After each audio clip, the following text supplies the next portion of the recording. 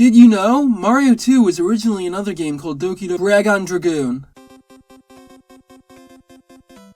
This fact has been repeated ad nauseum to the point of becoming a meme, but I think it's understated just how much originally being completely divorced from the Mario identity would naturally impact Mario 2. The ending famously reveals that it was a dream the whole time, and the overall game has a more surreal feel. You'll often be able to walk past the furthest edge of one side and reappear on the other side. There's these sections where you have to bring a key to a door, but lifting the key activates the nearby mask-like beings that chase you. And instead of getting mushrooms out of blocks, you use potions to access a completely different dimension to get mushrooms from there. But the main dreamlike aspect of Mario 2 I want to focus on is the way your character of choice controls. Rather than your traditional Mario fare, where you jump on enemies and they die, jumping on an enemy instead allows you to stand on it, pick it up, and throw it at another one, killing both of them. Alternatively, you could just pick up a nearby turnip and throw it at the enemy in question.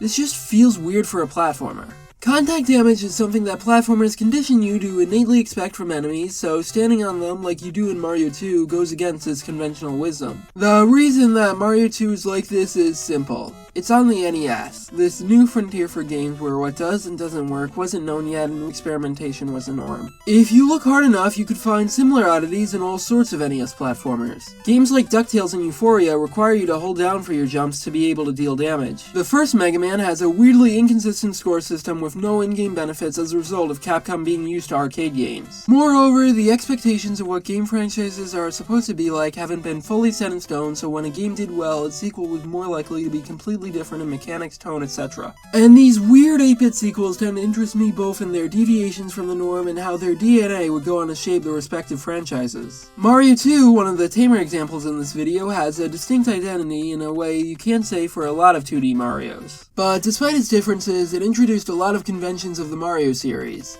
Shy Guys, Bob-ombs, Birdo, Peach's playstyle, Luigi learning he's Satan, starting a nuclear war that results in the destruction of the Koopas, and ending the game with a final shot of him crying as he realizes Bowser is dead, the list goes on. Even if it's easy to point and laugh at Mario 2 as some weird outlier, it's a necessary stage in the series' evolution. It's almost like a thesis statement or something.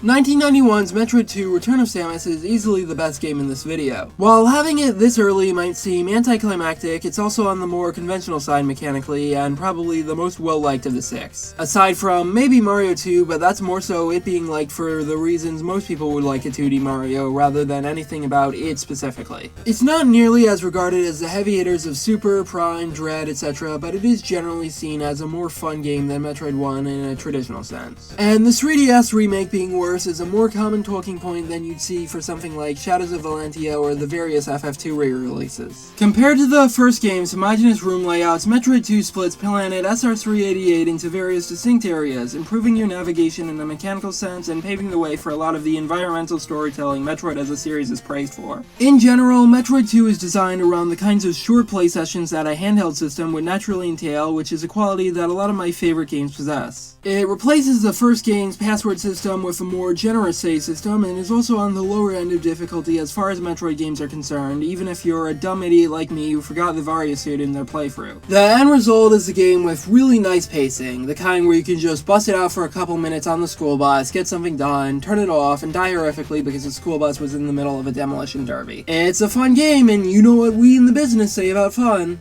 If it's not fun... What is fun? I honestly don't know or care. Games about killing should probably make you uncomfortable. They shouldn't be carefully crafted to be pleasant. Metroid 2 is openly about killing. You ever thought about how unusual it is for Metroid to be named after a basic enemy type instead of something like Samus or Zebes? Like, imagine if Mario was named Goomba, or Zelda was named Moblin, or Fire Emblem was named Age of Consent Laws. But there's something weirdly honest about that. As I discussed in my Drakengard video, there's something to be said about how casually violence is portrayed in video games, even in ones without much gore. Metroid, a game series that isn't really brought up in violence in video games discussion, serves as an example of this, as the name of the series is literally the creature you kill in most of them. In Metroid 1, the Metroids are an ontologically evil threat to the entire galaxy that Samus is tasked with wiping out by the Galactic Federation, a governmental entity unseen within the actual game. I wouldn't describe this example of violence in video games as particularly egregious or even that harmful, but the casual violence within Metroid 1 is what Metroid 2 expands upon and ultimately serves as a reaction to. While Metroid 1 at least has the excuse of the Metroids being taken out of their habitat, the Galactic Federation now tells Samus to go to the Metroids' home planet and kill all of them. Doing so has little difficulty, as mentioned earlier, and becomes a repetitive process, allowing you to silently think about the ethics of this job. Each Metroid is a special encounter that won't respawn after defeat, and the bottom right corner is a constant reminder of your task. The Metroids, while not suddenly good now by any means, are given more animalistic traits, namely a life cycle which positions them more so as creatures doing what they can to survive than actively hostile for no reason. In the game's iconic ending sequence, Samus seems to have succeeded in her task, but is met with a Metroid in its earliest stage of development that imprints on her, seeing her as a mother figure in the same way that a baby duck would. And while the limited dialogue/characterization gives room for plenty of different motives and levels of shared ability you can ascribe to Samus, she ultimately spares this baby Metroid. You then take a long walk back to your ship, inspiring further rumination on whether or not you truly did the right thing. Full disclosure, a lot of my readings on this game are informed by S.R. Hollywell's A Maze of Murderscapes, a piece detailing our experiences playing Metroid 2 while in a homeless shelter. It's this fascinating look at someone ultimately treated as disposable by society at large, seeing herself within this weird little Game Boy game, and I'd recommend you check it out because it's a compelling read beyond its relation to this video. One of the best pieces of writing on games, I'd even go as far to say. Regardless, Metroid 2 is worth a deeper examination as its early example of an attempt to subvert the type of violence expected from the medium. By no means the earliest. I've discussed 1989's Mother in a prior video, 1987's Metal Gear experiments with having avoiding killing as the fun part, and 1985's Ultima 4 made headlines for focusing on bettering oneself rather than defeating an antagonistic figure. But still impressive with the hindsight of everything that would follow it, and that hindsight includes the Metroid series itself. Super Metroid is one of the most celebrated games of all time, and I want to make it clear that I don't intend to take away from its accomplishments with my following analysis. Actually, just kidding, everyone pointing left at it for not even being the 4th best game released in 1994. However, judging it specifically as a follow-up to Metroid 2 rather than on its own merit, it leaves a lot to be desired. It does the whole SNES game thing of replicating the first game in part or in whole to show the increased power of the new hardware in a way that serves to go back on what Metroid 2 brought to the table. Rather than being the same chain of events as Metroid 1 though, it takes place after 2 and follows Samus' return to Zebes after Ridley snatches a baby Metroid. And it ends up softening Samus, who in Metroid 2 is at best complicit in mass slaughter for a paycheck, and at worst actively enjoying her participation in this whole ordeal. Her decision to save the baby Metroid is painted as some sort of altruistic research opportunity, and you're given 2 endings based on whether or not you go out of your way to save the tutorial animals. While going through some form of redemption after a single act of mercy would just be the natural direction to take Samus in, Super's late game has you kill Metroids in the same manner as the first game, aside from incidentally having one she happens to like, making this development ring hollow. And due to Super Metroid's status as a landmark title, every subsequent Metroid game is going to take after it in some way. A significant percentage of post-Super Metroids are placed before Metroid 2 chronologically as a way of incorporating Metroids without addressing anything from that game. Not only that, but Super's nicer characterization of Samus is incorporated into even these games that take place prior to 2, as exemplified by Nintendo rejecting a pitch for Prime 3 where Samus acts like a more traditional bounty hunter. Lastly, both the official remake of 2 for the 3DS and the fan-made AM2R end up softening the blow of 2 in their attempts to make the gameplay more like a traditional Metroid. Though, there is one Metroid game that truly follows up on 2. Metroid Fusion for the Game Boy Advance, which is my favorite Metroid, both for this relation to 2 and it incidentally happening to have the best gameplay and atmosphere. Not only are the X-Parasites, the game's main threat, an active consequence of 2's SR-388 mission, but the faceless Galactic Federation in the background of the series is now portrayed more antagonistically, deceiving Samus and cloning the Metroids for its own purposes. But even Fusion ends up having to distance itself from 2 to some extent, as the game's ending hand-waves the possibility of Samus living on the run by following the wisdom criticism of a 40-hour RPG that the worst backlog user you know would give a 10 out of 10 and say humans are good, I guess. This whole spiel isn't meant to disparage any Metroid game, as I like most of them quite a bit. Rather, this is to emphasize that Metroid 2 is a weird enigma of a game. Video game icon Samus Aran being complicit in mass slaughter is something that you just can't really imagine brand-friendly Nintendo publishing today. It would be like making a game where Mario goes to hell or Link heals by having sex.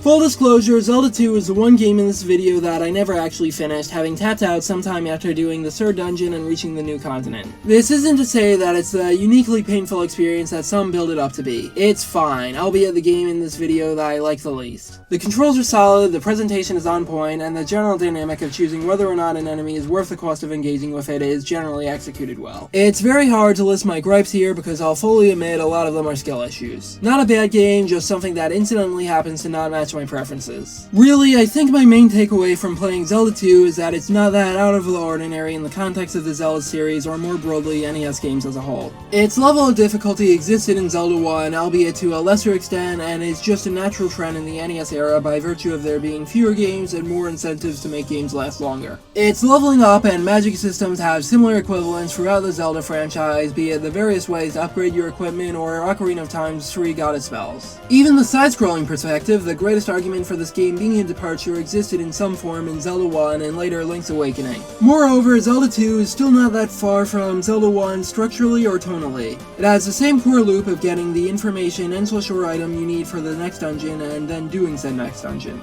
And it's still going for the same traditional swords and sorcery setting as Zelda 1. Like, there's some slight differences in the way that Link is not directly fighting Ganon and instead going on a quest to prove his moral character, but 1. The threat of Ganon is still present in some form through his minions trying to resurrect him and remind you that this was made by a company that consciously knew about epilepsy risks and did nothing about it. 2. The coming-of-age narrative that Zelda 2 is going for existed in Zelda 1 in some form, and 3. Both games have the same motivation of saving Zelda, albeit with slightly different circumstances. I feel like I'm risk of doing the whole game review YouTuber thing of saying how much I don't care in a way that makes you wonder why I even bothered talking about the game in the first place, but I guess why I'm not just skipping over Zelda 2 is that I want to convey how silly the black sheep label attached to certain games and long-running franchises is. For Zelda in particular, the consumer identity associated with the series is defined by this homogeneous blob of lore that everything has to fit in. So there's this desire to designate any given Zelda as the one that's weird and different, be it through smacking the black sheep label on lower profile ones like Zelda 2, or constantly talking shit about whichever 3D Zelda the cycle deems as cool to hate now.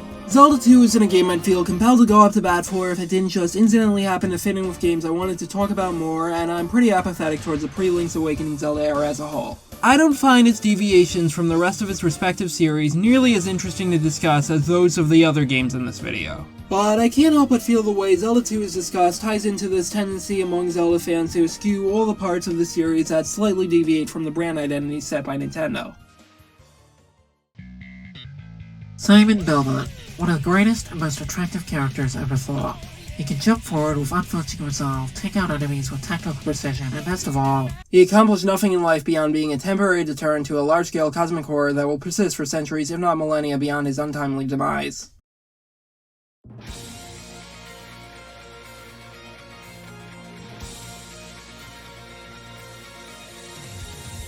Pick any random NES game and chances are that you could just smell the Reagan administration's cuts to the FCC restrictions on advertising to children. Castlevania as a series, and the first game in particular, are rooted in the era of 80s franchises that exist primarily for toy sales. Simon's design takes a lot of cues from the decade's macho action heroes like Schwarzenegger or Stallone, and its story of a hero on the side of God battling against dark forces reflects the 80s' wave of conservative Christianity.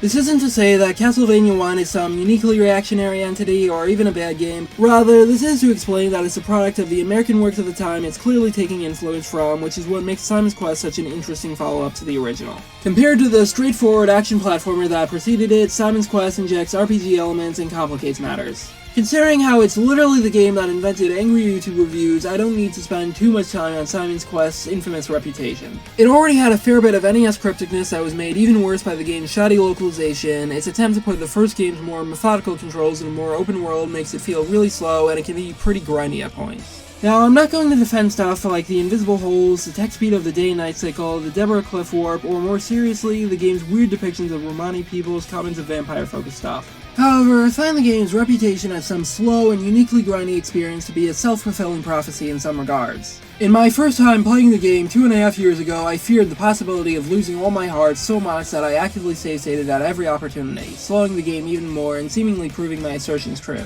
But now that I have games as grindy as the first 2 Dragon Quests under my belt, redoing the game's initial grind to refresh my memory is honestly not that bad. The relatively low cap on max hearts, the ease of getting enemies to respawn, and the simplicity of killing enemies in a platforming setting rather than turn-based combat mean that the game's grinds usually won't take that long. More importantly though, there are artistic reasons for these grinds and similar quirks of Simon's Quest. I think what makes Simon interesting about the many playable Belmonts is how, despite incidentally happening to be the first to get a game, he's not some notable player in the timeline.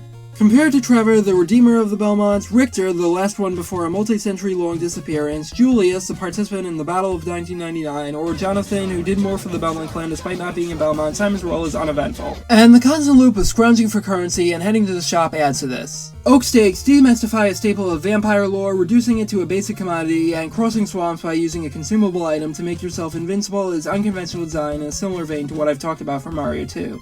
Simon's Battle of Dracula is not some grand act of heroism, but rather something that might as well be a 9-to-5 job, complete with the mundanities of day-to-day consumption. While the lore of Dracula constantly returning was already hinted at in supplementary materials for Castlevania 1, Simon's Quest is when the plot started to revolve around that idea. After the events of the first game, Simon starts suffering from the effects of a curse and has to find a way to prevent Dracula from coming back. And in the final act, Simon sees that the town closest to Dracula's castle was almost completely abandoned, defeats Dracula with minimal resistance as his final insult to the grand purpose he supposedly ascribed, and dies shortly after. One of the main things that endear me to Castlevania as a series is how the capitalist obligations of the 80s toy sale era manifest as a central tragedy of Dracula always coming back, resulting in this weird auto-critique of that era. So Simon's Quest establishes an important precedent as the introduction of this tragedy. I was originally going to end this segment by saying Order of Ecclesia, a game I've recently played for the first time and fallen in love with, is to Simon's Quest what Fusion is to Metroid 2. But thinking about it more, there's probably more Castlevanias that take from Simon's Quest DNA than ones that don't.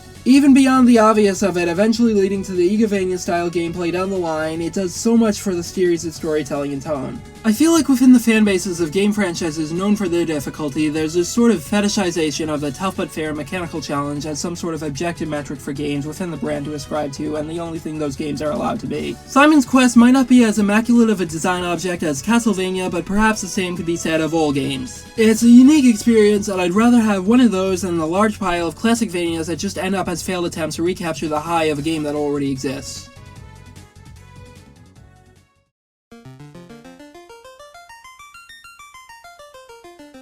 Back in June, I went to a showing of Distant Worlds, which is this concert of orchestrated arrangements of Final Fantasy songs, and it was really cool. At the beginning of every one of these events, they play Prelude, complete with footage to represent each game in the series. So in this montage of some of the most important moments of the whole franchise, if not all of gaming, what did they choose to represent Final Fantasy II? Your party members getting the shit beaten out of them by random enemies as your very first introduction to them.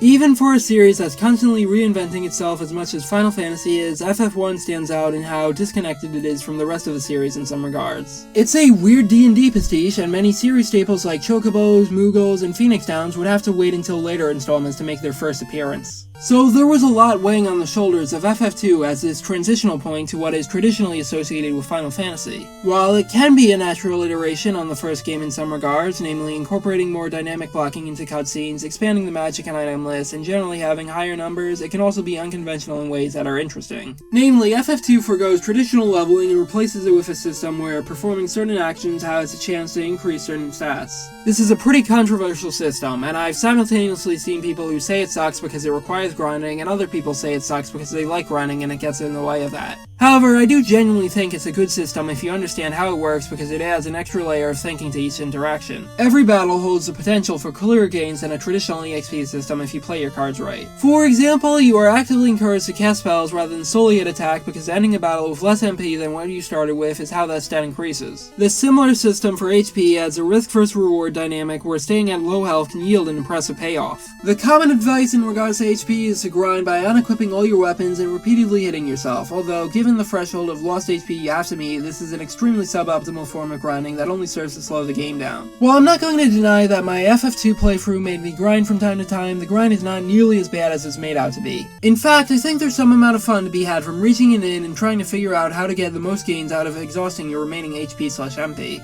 Regardless of any legitimate issues I could cherry pick, FF2's combat mechanics kept my attention the whole way through, and I'm kind of interested in checking out the Saga series the game inspired. Funnily enough, the parts of FF2 that I draw issue with gameplay-wise are more so the natural iterations than the unconventional parts. Dungeons and enemy formations are mostly fun in the front half, but as the game expands in scope, the former becomes too bloated and too exhausting to play without a map, while the latter devolves into enemies quickly casting status ailments on your entire party with no method of recourse. The real crown jewel of FF2 though is its narrative. As mentioned earlier, the blocking of cutscenes is generally more dynamic, allowing for a slightly more complex narrative. FF1's cast of 4 blank slates with no personality have upgraded to 4 defined characters with no personality. Jokes aside, FF2's storytelling is told through its atmosphere with little need for deep character writing, so FIRION and friends are perfectly fine just conveying the idea of youth orphaned and thrust into the cold realities of war through no choice of their own. If anything, when the attempts to give the characters more depth are Guy's raised by animals shtick that's reactionary in origin, and Maria's soul-defining trait being her connection to a man, I can't help but prefer the straightforwardness of FIRION. Though one member of the main four's attempts at greater characterization make a meaningful difference is Leon, who sided with the Empire until he realized where he went wrong and became the final occupier of the game's rotating 4th party member slot. He is an important transitional point in the series' writing, both for codifying one of its trademark character archetypes and because his I am your brother shtick marks an important shift from ripping off D&D to ripping off Star Wars. Jokes aside, a second time in the span of a couple sentences, I think the specific ways in which FF2 takes influence from Star Wars are worth talking about. Something I find interesting about A New Hope is how George Lucas has stated on record that the rebels took inspiration from the Vietnamese army fighting against a much larger US empire. But faster than you can pull up that one Mark Fisher quote, the conversation around Star Wars became lightsabers, the Force, and more broadly the power fantasy aspect. Final Fantasy II is much like Star Wars in the way that its narrative focuses on a pop culture form of empire that can easily be disconnected from real-life imperialism. But it fascinates me in how it distances itself from the aesthetic and power fantasies of Star Wars to instead hone in on the destruction brought about by its empire. It is a regular occurrence for towns you interact with to get wiped off the map then and there with little fanfare, completely eliminating the associated residents and mechanical benefits from your save file. And 3 of the 6 occupiers of that aforementioned rotating 4th party member slot meet their untimely demise, including one who is literally the last member of a dying race. FIRION's journey is one filled with hardship and perfectly encapsulated by the melancholy of the world map theme.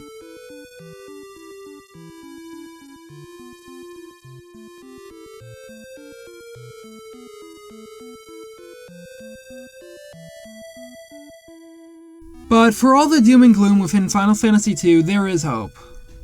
A common motif within the rotating 4 slot is some character flaw that eventually gets worked on. Joseph starts out as distrusting of FIRION and friends, but ends up giving his life for them. Layla starts out as a pirate robbing innocents, but learns to fight for a greater cause. Gordon starts out as a coward, but eventually rises to one of the most important figures in the rebellion, and also marries the woman his dead brother loves.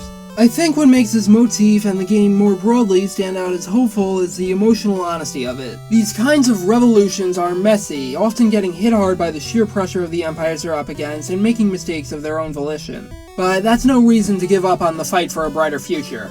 When I think of Final Fantasy II, my mind always drifts to the Amano art of FIRION adorning the cover, possibly my favorite art asset created for the whole series. There's this elegance to him, clad in particularly ornate clothing with bright colors. But at the same time, there's a fierce look in his eyes, be it anger towards those who took away his home or determination to get it back. And he's depicted with the blood sword, an unholy weapon that drains the life of those hit by it like a vampire. It creates this juxtaposition between a desire for peace and the violence on the path to that peace. And that juxtaposition is Final Fantasy II. No matter how much blood is shed along the way, no matter how stock the odds seem, and no matter how much of those stupid fucking rectangular rooms you enter, it's going to get better.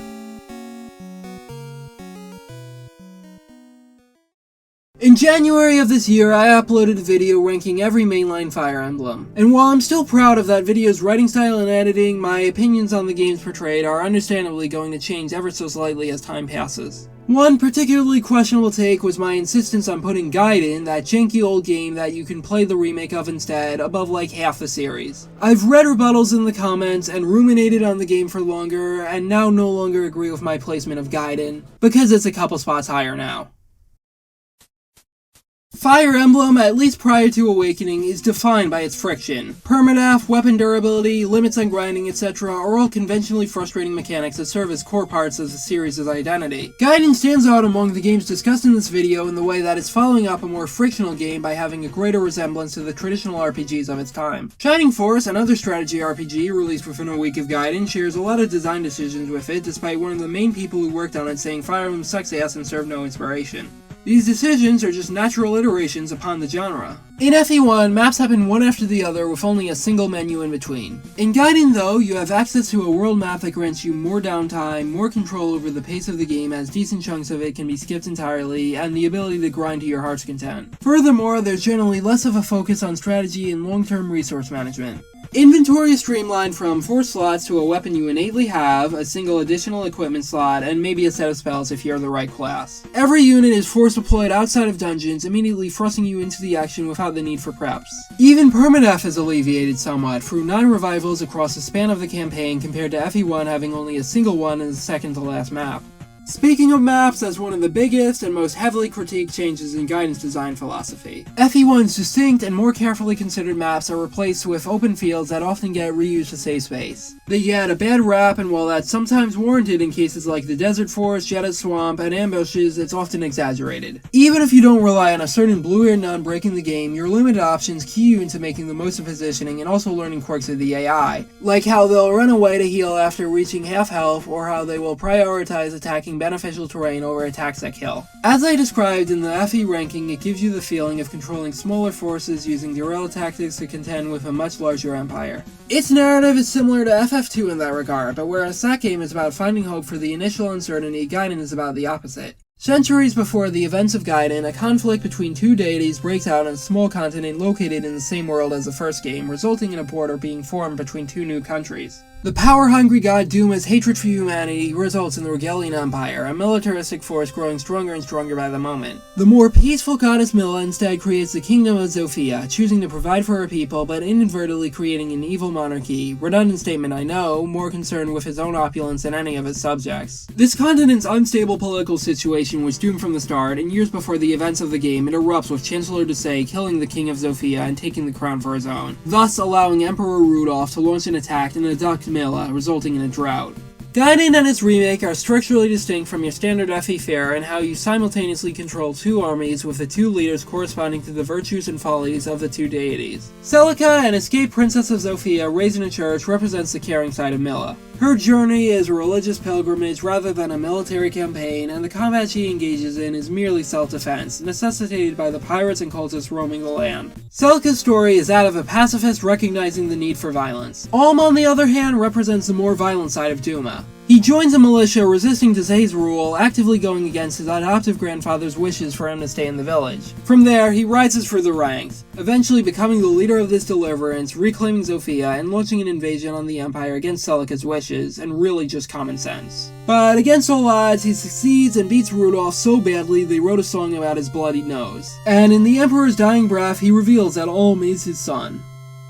For the most part, I've been trying to avoid dedicating too much time to discussing remakes in this video because I want to emphasize these games' respective places in history. However, that is extremely hard to do in the case of Gaiden because, at least from an English-speaking perspective, the more accessible remake, Shadows of Valentia, has completely eclipsed it and colors the perceptions of those going into the original. Alm is a significantly different character in SOV. His decision to go against Mycen's wishes is switched from explicitly being told no to not having the chance to ask. His argument with Celica is more one-sided in his favor, causing the latter to eventually apologize to him, and he's just generally portrayed as transparently nicer because of the expanded script. The biggest change to Alm's character, though, is the script's greater emphasis on his class, positioning him as a commoner becoming a just ruler not through birthright but through ability, juxtaposed against the new antagonists Fernand and Berkut, who just really hate poor people. So it's naturally going to be a common talking point that the reveal of Alm's royal status ruined the story. However, I would argue that the problems with SOV's commentary and class existed before and largely independent to this plot development. There is this mentality amongst fans of action-focused stories that cater to a male demographic that the worth of a protagonist is determined determined by the power fantasy of how much they earned their victories, be it through how much they avoid quote-unquote assholes, or how much their background and celestial power set put them at a disadvantage against their opponents. Sticking to Fire Emblem, you can see this through the popularity of Ike, a debatable commenter who was thrust into a situation he was not equipped for and had to learn and grow over the course of his journey. But when you stop and think about it, these stories don't really have that deep of an examination of class, serving more so as wish fulfillment and celestial power fantasy. In fact, they arguably end up reinforcing the systems they're supposedly critiquing, as they serve as an example of the pull yourself by your bootstraps rhetoric of a supposedly disadvantaged person being able to succeed from within the system without any additional help. The twist of Alm's royal status didn't ruin the game's themes regarding class because those themes were pretty shallow to begin with. What this is a roundabout way of saying is that this twist takes on a completely different tone in Gaiden, where it's divorced from SOV's emphasis on class and general softening of Alm. It more so reads as Alm being just like Emperor Rudolph, someone who started this war with supposedly good intentions but ended up causing a drought and allowing a cult to scheme under his red nose. While Alm's military campaign was a fight against a clear aggressor he was justified for going against, and he ended up realizing Rudolph's ambitions of killing both gods, the ending still has this air of uncertainty to it. Duma warns his thematic counterpart not to repeat his mistakes, and this warning is followed by an ending text scroll with a similar sentiment. If the people of Valentia grow too arrogant, they will start a war that consumes everything. While the text scroll is followed pretty closely in the remake, it's put on top of a background of the new rule happily being celebrated. In Gaiden, the background is an empty void that makes the future of Valentia harder to visualize. Who's to say that Alm, or at the very least one of his successors, won't just end up recreating the systems of abuse that existed under Rudolph and Duma? And thousands of years down the timeline, in a game released 2 decades later, these uncertainties end up being fulfilled. Valentia, now renamed Valm, plays a role in Awakening's story as a new emperor inspired by Alm ends up starting a conquest that becomes much larger in scale than the small continent he lives on. Wolhart too had supposedly good intentions of preventing the Dark God from being revived, but said intentions are lost in the midst of the many countries and lives destroyed in his path. Gaiden is a story of a cycle of violence that never truly ended. These games are kinda neat, I think. I don't know, it annoys me how the games discussed in this video, or really older games in general, are often written off as completely irredeemable and capable of being replaced by newer ones in the same series. These weird 8-bit sequels are interesting to me in how they're relics from a time where the conventions of their respective genres weren't fully set in stone. Engage's gameplay is fun TM, but a lot of what it did right was because the game from 1993 already figured out, hey, this class-just skill system makes my dopamine receptors feel good. The games discussed in this video didn't really have the same luxury. They experimented and ended up creating unique experiences, at least for the time, regardless of whatever jank they stumbled into along the way. They have places in history whether you like it or not, be it all 6 having a hand in the direction of their respective franchises in some form, FF2 resulting in the creation of a completely different series, Simon's Quest playing a key role in shaping an entire genre, or most importantly, Gaiden being used for a Madoka Magica fan game. Also, I'm just going to put games that came out this year that I enjoyed on screen because older games good, newer games bad is annoying and oversimplification and not something I want to come off as. I guess what I'm trying to say is always be critical, but don't just be dismissive. Strive to find out what makes a given game/work of art in general tick and express why you yourself did or did not resonate with it. At that same time though, if you're going to talk shit about one of these works, make an active effort to understand what it's trying to do, what material conditions or human experiences made it that way, what place it has in the history of the medium, what it did provoke in the people who actually liked it, etc. I'm pretty ambivalent to 2D Mario as a whole, but I'm also not stupid enough to act like Mario 1 is some unsalvageable experience that ruined everything because it may or may not be kind of a big deal. A lot of the rhetoric we use to discuss older games, be it aged badly, quality of life, etc., only serve as a bludgeon to dismiss any possible history or artistic value. Many people want to say games are art, but fewer people want to actually treat them as such when they exist for reasons other than creating a mindless little blip on your dopamine radar.